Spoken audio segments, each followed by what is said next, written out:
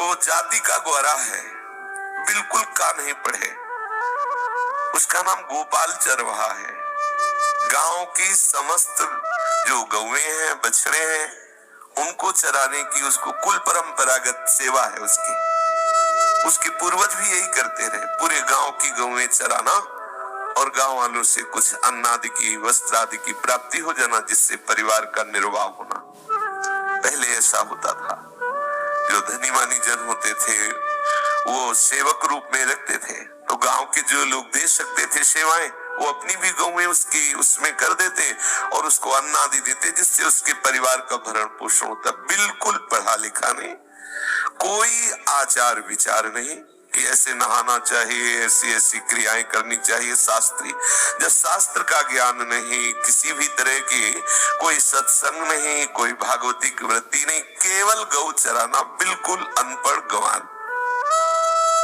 कभी कभी वो गांव चला जाता, नहीं तो जंगल में ही गौएं चराता और कई गौशालाएं थी, उन गौशालों में वो सेवा करता। कभी कभी अपने घर चला जाया करता। काफी अवस्था व्यतीत हो गई तो एक दिन गांव में भागवत हो रही थी। उस भागवत में सुना कि जीवन का परम लाभ है भगवान का नाम स्मरण करना। यदि भगवान का नाम स्मरण नहीं किया गया तो जीवन मृत तुल्य है, क्योंकि भगवान नाम जप से ही भक्ति का विशुद्ध प्रादुर्भाव होता है। जिन हरि भगत हृदय नहीं आनी, जीवित सब समान ते प्राणी। वो जीवित मुर्दा टहल रहा है जिसके हृदय में भक्ति नहीं, चाहे वो कोई भी हो। शरीरधारी यदि हृदय में भक्ति नहीं है प्रभु के श्री चरणों की, तो तुम्हें दिखाई दे रहा है वो जीवित, लेकिन वो मुर्दे के समान है। उसकी जो श्वास चल रही है वो लोहार की धोकनी के समान है। उसके जो नेत्र हैं जैसे मोर पंख में नेत्र हैं, लेकिन देखने के काम नहीं आते, तो वो नेत्र उसके मोर पंखे के समान व्यर्थ हैं। नैनन संत दर्शन नहीं देखा, लोचन मोर पंख कर लेखा। उस जिसकी वाणी से भगवत यश गान, भगवत नाम कीर्तन नहीं होता, प्रपंच की वार्ता होती रहती है। तो जिन भगवत चर्चा से रहित वाणी का वर्णन महापुरुषों ने किया है कि जी है सो दादुर जी है समाना, जिन नहीं करे राम गुण गाना, जी है सो दादुर जी है समाना। मेढक की जैसे जबान टर टर बिना किसी अर्थ की बोलती रहती है, ऐसे व्यर्थ की वाणी है जिसमें भगवान नाम, भगवत लीला, भगवत रूप गुणगान न किया जाए। जीवन की सार्थकता यही है। उसके हृदय में बैठ गई बात कि हमारा जीवन तो गौ सेवा में जा रहा है। कोई मातृ बुद्धि से नहीं गौ सेवा कर रहा, केवल उदर पोषण का एक साधन है। उसके मन में आया इसमें तो कुछ लगता नहीं है, मैं भी नाम जपू, लेकिन जपू क्या? थोड़ी देर और खड़ा रहा तो वहां कीर्तन हो रहा था, जय राम कृष्ण हरि, जय राम कृष्ण हरि, जय राम कृष्ण हरि, जय राम कृष्ण हरि। उसके हृदय में बात बैठ गई। उसी भागवताचार्य के प्रति बहुत भावना है कि मेरा जीवन तो व्यर्थ जा रहा था, आपकी कृपा से भगवान नाम का महत्व सुनने को मिला। बैठ के नहीं सुना, खड़े खड़े सुना, बस हृदय में बैठा लिया। अब इसमें कोई वेद पढ़ने की तो आवश्यकता है नहीं, बस केवल बोलना है। शुरू कर दिया, जय राम कृष्ण हरि, जय राम कृष्ण हरि, जय राम कृष्ण हरि। अब जो और चरवाहे लोग थे उसका उपहास करते हैं, राम कृष्ण हरि बोलता है, राम कृष्ण हरि बोलता, उपहास को सहता, ना बोलता किसी से, बस हृदय में बैठ गया।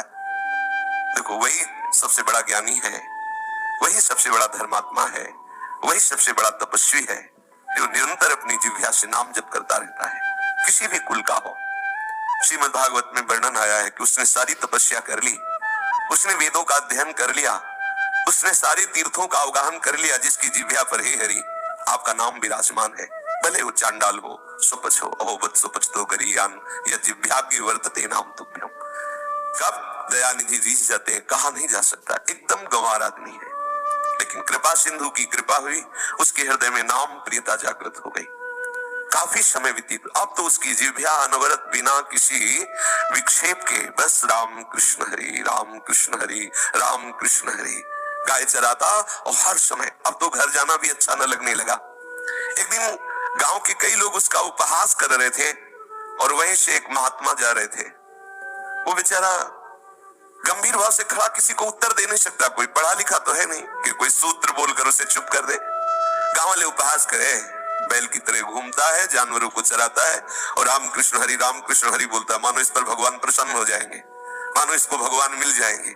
अरे तेरे जैसों को चाहे जितना नाम जप कर, नाम कीर्तन कर, कभी भगवान मिलने वाले नहीं। उसके हृदय में बहुत पीड़ा प्रकट हो रही है। जब कोई आस्थावान पुरुष डगमगाता है तो भगवान कोई न कोई रूप रख करके आते हैं, उसे संभाल लेते हैं, किसी संत के रूप में, किसी मित्र रूप में, किसी शास्त्र रूप में। वही चैप्टर सामने खुल जाएगा जिससे आपकी पुष्टता हो जाएगी। भगवान संभालते हैं। एक संत मार्ग से जाया करते थे, वो खड़े होकर सुने, नजदीक गए और जो उपहास कर रहे थे उन लोगों से कहा, तुम लोगों को पता है कैसे भी कोई नाम जप करे, जरूरी नहीं कि वो स्नान करे हो तभी वो ऐसा पवित्र, ऐसा कोई नाम के लिए तो पवित्र हुआ सर्वावस्थांगतो विवाह यह स्मरेत पुंडरीकाक्षम सवाभ्यंतर शुचि। वो वाह और अभ्यंतर में परम पवित्र हो जाता है। चाहे पवित्र हो, कैसी भी परिस्थिति हो, जो कमल नयन भगवान श्री हरि का नाम जप करता है वो बाह्य और अंतर दोनों से पवित्र हो जाता है। वो पवित्र ही नहीं, मम भक्ति युक्तो भुवनम पुनातु, वो समस्त लोगों को पावन करने वाला बन जाता है। गोपाल चरवाहा से संत ने कहा, तुम चिंता मत करो, मैं तुम्हें विश्वास दिलाता हूं, तुम्हें भगवान मिलेंगे। ये क्या जाने, ये मूढ़ लोग हैं।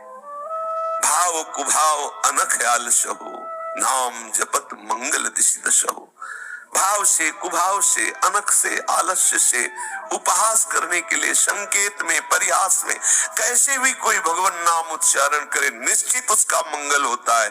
क्या मंगल होता है? समस्त अशुभों का नाश होकर के उसके हृदय में दिव्य ज्ञान का प्रकाश होता है।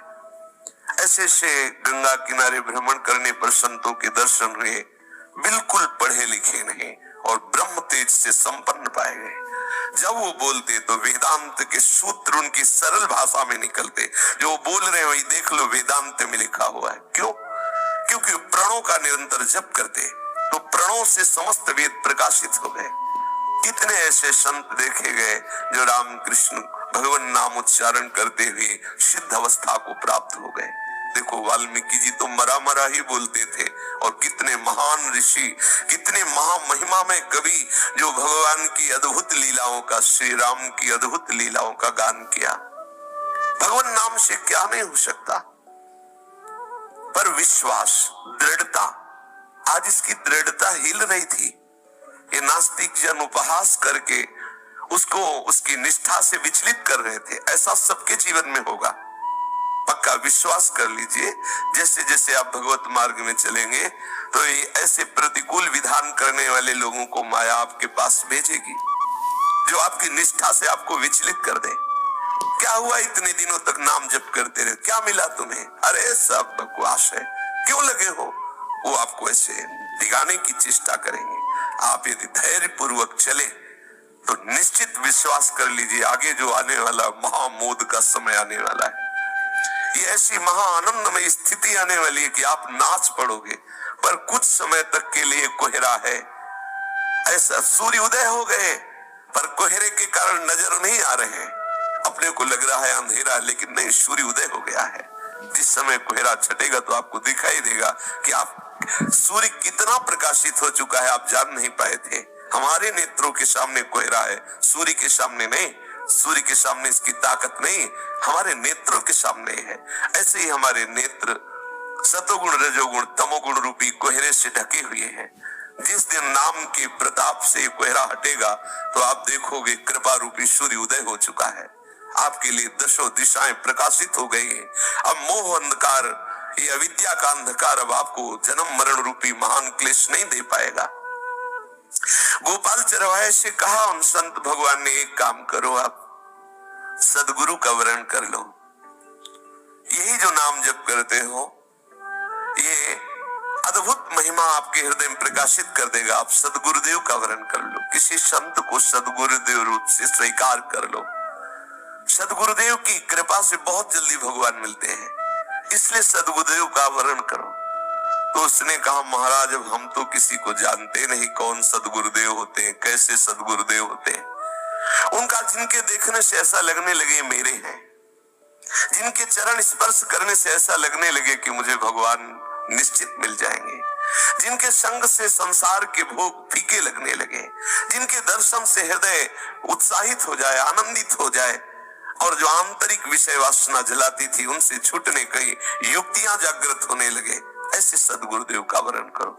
उनका महाराज आप ही मुझे दीक्षा दे दीजिए।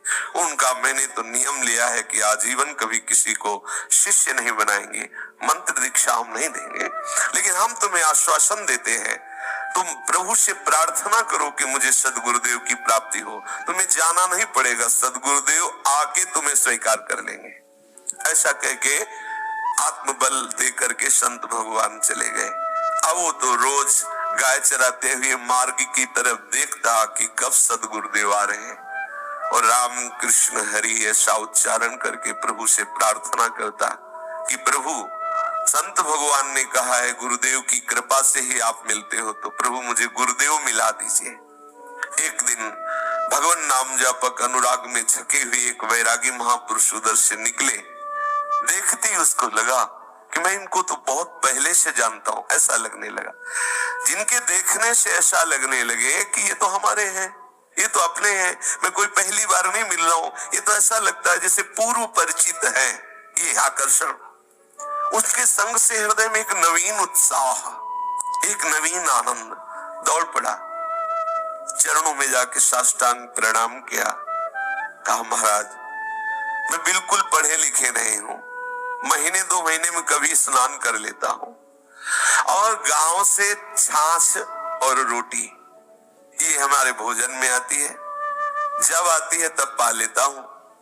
हमारी कोई ऐसी शास्त्रीय दिनचर्या नहीं है।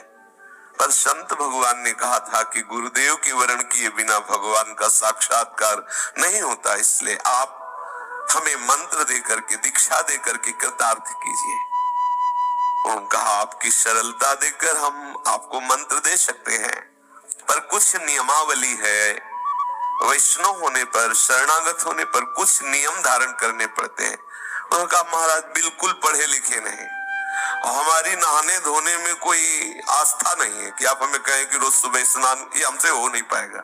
हम ठहरे चरवाहा, और हम ना ठाकुर सेवा विराजमान कर पाएंगे क्योंकि हमें गाय चरानी है, ना हम स्नान कर पाएंगे रोज, ना हम ठाकुर सेवा स्वीकार कर पाएंगे, और ना हम कोई शास्त्र पढ़ सकते हैं क्योंकि हम गंवार हैं।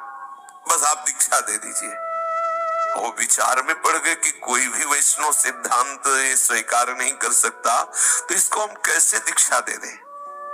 फिर विचार किया कि जीव तो प्रभु का साक्षात अंश है, और प्रभु की प्राप्ति की उसकी इच्छा है, तो ये इच्छा ही समस्त साधनों की पूर्ति है। ध्यान दीजिए, आप सब क्रियाएं कर रहे हैं, लेकिन आपके हृदय में भोग भोगने की इच्छा है, तो आप अपवित्र हैं। आप बिल्कुल स्नान नहीं किए, लेकिन आपको भगवत प्राप्ति की इच्छा है, तो आप परम पवित्र हैं। ये सूक्ष्म विषय है।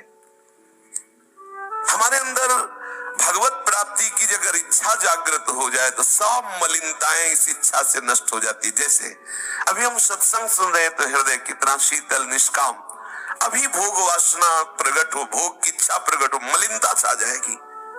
एक भोग, किसी भी इंद्रियजन्य भोग की इच्छा होते ही हृदय मलिन हो जाता है, चंचल हो जाता है, क्लेश युक्त अशांत हो जाता है। तो जब भगवत प्राप्ति की इच्छा जागृत होती है तो इस इच्छा में इतनी सामर्थ्य है कि वो संपूर्ण अपवित्रताओं का नाश करके उसे परम पावन बना दे। तीर्थी कुर्वन्ति तीर्थानि, वो तीर्थों को तीर्थत्व प्रदान करने की सामर्थ्य वाला हो जाता है, जिसके हृदय में भगवत मिलन की चाह प्रकट हो गई है। उन गुरुदेव भगवान के हृदय में एक बात आई कि ये भगवत मिलन चाहता है, इससे बढ़कर और क्या हो सकता है।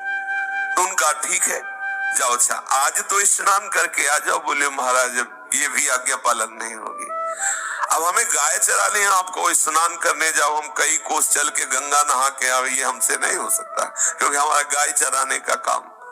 संत भगवान विचार में पड़ गए कि तो बहुत ही बिल्कुल अनपढ़ गंवार आदमी। अच्छा मैं तुम्हें भगवान का मंत्र देता हूं, लेकिन एक नियम तुम्हें स्वीकार करना पड़ेगा, अगर ये नियम स्वीकार नहीं किया तो मंत्र नहीं देंगे। तो उनका जी एक नियम तो कोई बता दो, वो स्नान करने वाला ना हो, शास्त्र पढ़ना ना हो, और ठाकुर सेवा ना हो, 3 के सिवा और आप बता दो जरूर। फिर वो विचार में पड़ गए कि ठाकुर सेवा भी नहीं, शास्त्र स्वाध्याय भी नहीं, स्नान भी नहीं। तो उनका एक काम करना कि भगवान को भोग लगा के पाना। कैसे भोग लगाया जाता है? सामने भोजन रख लेना और आंख मूंद करके ना, हे गोविंद हे कृष्ण पधारो।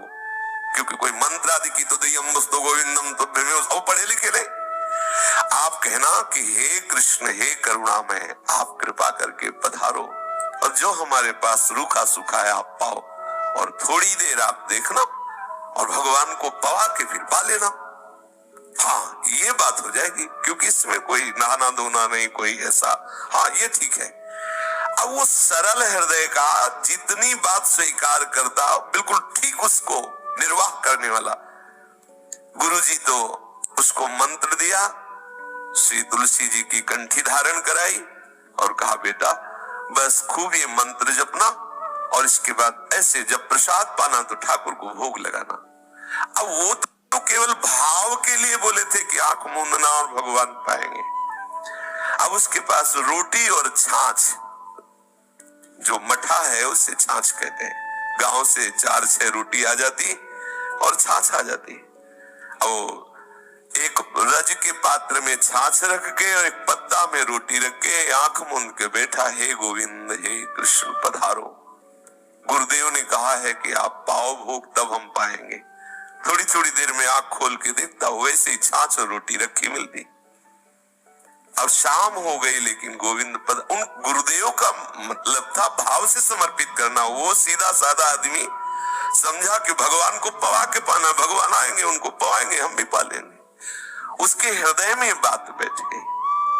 बड़े आश्चर्य की बात है, उसने एक कवल नहीं पाया। गायों को रोटी पवा दी, छाछ फेंक दिया। दूसरा दिन हुआ, फिर उसके लिए वही छाछ और रोटी, कोई तीसरी चीज ही नहीं, गांव का ग्वारा। फिर वो ऐसे बैठा, हे गोविंद हे कृष्ण पधारो। शाम तक हो गया, फिर भी देखा कि प्रभु नहीं आए। फिर वही गाय को रोटी खवा दी। ऐसा अब दिन पर दिन व्यतीत होने लगे। अब तो चला ना जाए। 27 दिन व्यतीत हो गए, लेकिन उसने ना एक कवल पाया, ना एक बूंद छाछ पी। गुरुदेव ने कहा है भगवान को पवा के ही पाना है। और जो गुरुदेव ने मंत्र दिया, नाम दिया, उसका सतत चिंतन कर। अब तो चला न, 27 दिन हो गए, चलना मुश्किल हो गया। गांव से जब उसके छाछ और रोटी आई, ऐसे सिरहाने रख दी, तो लोग पूछते क्या परेशानी, आपकी तबीयत खराब है, आपको कोई रोग है, आप सूखते चले जा रहे हो, आवाज तो आपकी उठने की भी सामर्थ्य नहीं। वो बस इशारा कर देता, नहीं नहीं दूर जाओ। फिर छाछ रोटी धीरे से ऐसे करवट ली, आज उठने की भी। 27 दिन हो गए। प्रभु से प्रार्थना की, प्रभु अब चाहे प्राण निकल जाए, पर मैं गुरुदेव को एक नियम की बात स्वीकार की है, गुरुदेव की एक आज्ञा पालन करने की बात स्वीकार की है। प्राण निकल जाए पर तब तक अन्न नहीं रखूंगा जब तक आप पाओगे नहीं। गुरुदेव ने कहा है कि भगवान को पवा के पाना। भोग का तात्पर्य है भगवान को पवा के पाना। सीधा साधा आदमी अब अश्रु प्रवाह हो रहा है, बार बार भाव से पुकार रहा है, प्रभु आ जाओ पालो। हमें प्राणों की चिंता नहीं है, एक बार तो मरना ही है, पर प्रभु आप आ जाओ, आप पालो। थोड़ी देर में देखा कि जैसे कोई महान अमृतमय स्पर्श हुआ हो। उस गोपाल चरवाहे ने देखा कि इंद्र नीलमणि अंग की कांति है, नौ किशोर अवस्था है, पेट में बांसुरी, बिल्कुल चरवाहा रूप ठाकुर जी का। नटवर बपू जैसे अपने ब्रज में गाय चराने श्री ठाकुर जी महाराज सखाओं के साथ जाते, ठीक वही चरवाहा रूप जैसा। और देखा रे ये तो इतने तेजस्वी प्रभु ही हो सकते। प्रभु ने उठाया, उसको बैठाला और बोले देखो मैं आ गया। और वो सूखी रोटी और छाछ प्रभु पा रहे। फिर उसी का बचा हुआ उच्छिष्ट जो प्रभु ने पाया, अपने हाथ से गोपाल को पवा रहे। जैसे ही उच्छिष्ट पाया, उसके समस्त अनंत जन्मों के अशुभ संस्कार नष्ट हुए, दिव्य उसके नेत्र खुले। देखा सच्चिदानंद प्रभु विराजमान, अद्भुत आनंद। बार बार गुरुदेव के चरणों में प्रणाम कर रहा है। गुरुदेव, वो संत सच्ची बात कहते थे कि गुरुदेव के बिना भगवान नहीं मिलते। देखो, आपने कृपा की और भगवान मिल गए। भगवान ने कृपा करके उसे उपदेश किया कि तुम जैसा कर रहे हो ऐसा ही नित्य करो, मैं रोज तुम्हारे साथ प्रसाद पाऊंगा के। और अंत में उसका जब शरीर छूटा, वो गोप सखा होकर भगवान की नित्य सेवा में पहुंच गया। जो भगवान नित्य लीला बिहारी है, उनका नित्य सखा भाव प्राप्त करके उनकी नित्य सेवा में, नित्य खेल में सम्मिलित हो गया, क्रीड़ा में सम्मिलित हो गया। बोलो, क्या पढ़ा लिखा? एक निष्ठा। श्रवण किया, भक्ति प्रारंभ होती श्रवण से। श्रवण सुजस सुनी आयो प्रभु भंजन भव भीर। श्रवणम, सबसे पहली भक्ति श्रवण। कहीं भी किसी को अगर भगवत लाभ प्राप्त हुआ है, मति कीरति गति भूति भलाई, जब जे जतन जहां जे पाई, सो जानो सत्संग प्रभाव, लोक हो वेद ना अनुपाव। करुणा सिंधु प्रभु की जब अपार कृपा होती है, तब सत्संग प्राप्त होता है। राम कृपा बिनु सुलभ न सोई, बिनु सत्संग विवेक न होई। भगवान जब कृपा करते हैं तो सत्संग मिलता है। हमारा सत्संग से जो परम लाभ मिलना चाहिए, वो इसीलिए नहीं मिल पा रहा है कि हम बात को दृढ़ता पूर्वक पकड़ते नहीं है और साथ में कुसंग करते रहते हैं, इसीलिए हमें लाभ नहीं मिल पा रहा। यदि हम सत्संग की एक भी बात दृढ़ता पूर्वक पकड़ ले, प्राण चाहे निकल जाए, हम वो बात न छोड़े, तो ठाकुर जी का अनुभव हो जाएगा, समस्त वासनाएं क्षीण हो जाएंगी।